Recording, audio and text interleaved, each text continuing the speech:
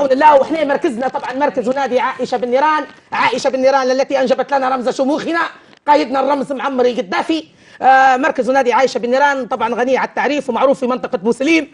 عندنا نادي يضم أبناء الأيتام أمهات وأبناء الأيتام، وكذلك عندنا مركز للتدريب والتأهيل المرأة هو نفسها عائشة بن نيران.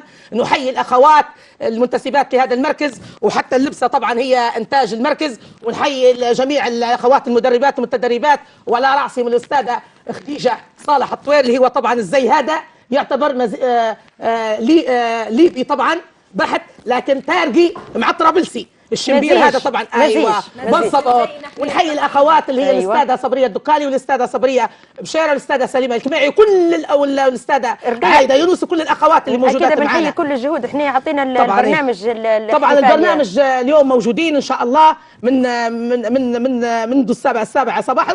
احنا ما نرقدوش الحمد لله. احنا بوسليم يتلقونا في الساحه الخضراء، يتلقونا في المتابعات. حال هو حال كل جماهير. لا الحمد لله. الله اكبر الله اكبر.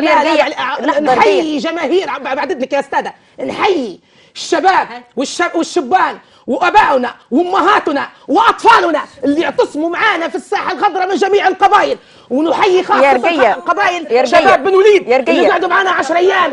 يرقيه خليك معاي. اعطيني في عجاله مثلا البرنامج العام طبعا الافتتاح وايات ذكر من القران الكريم وكلمه القيادات الشعبيه وكلمه المؤتمرات الشعبيه وكلمه حركه اللجان الثوريه وكلمه الفعاليات النسائيه بالشعبيه وباقات ورود وبرقيه الاخ القائد. وفي هديه طبعا ان شاء الله مصحف كبير باش يحمي قايدنا ان شاء الله من العين ان شاء الله. ان شاء الله. وعفوا نبوك دوم يا معمر في الطريق معانا وشعبك يحبك بيه خلاص وإيمانه.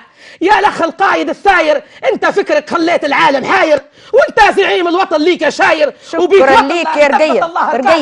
طلعت للاستعمار هاللي جاير وطهرت أرض الوطن من عدوانه. نبوك دوم معانا في المسيرة ساير واحنا جنود الوطن ببنيانه. احنا اللي ليك رانا صافيين ضماير وحق من خلق البحر بطوفانه وحق من خلق مخلوقه وحق من خلق الكون واللي فوقه. مبداك ما يقدر انسان يعوقه مهما يكلفنا ثمن وثمانه.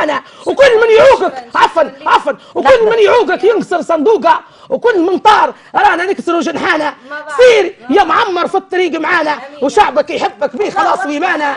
دامت ايامنا انتصارات واعياد تحت القياده التاريخيه قياده القائد الرمز معمر القذافي. عندي برقيه سامحوني. لا معلش لا رقية خليها ان شاء الله في مساحه اخرى. عندنا ضيوف هلبة مازال. سامحونا. شكرا لوجودك معنا. نقولوا زيد عزيز الفاتح زيد عز بيانا كل العالم هز باش نختموا معاك المساحه هذه. سلمك وتوصلوا معاك بس لحظه يا رقية ويعيش معمر. لا نطلعوا مع بعض. خلينا نشوفوا النغم ونتواصلوا معك يا بسمه مع باقي الضيوف ان شاء الله. شكرا لك. سلمك. شكرا.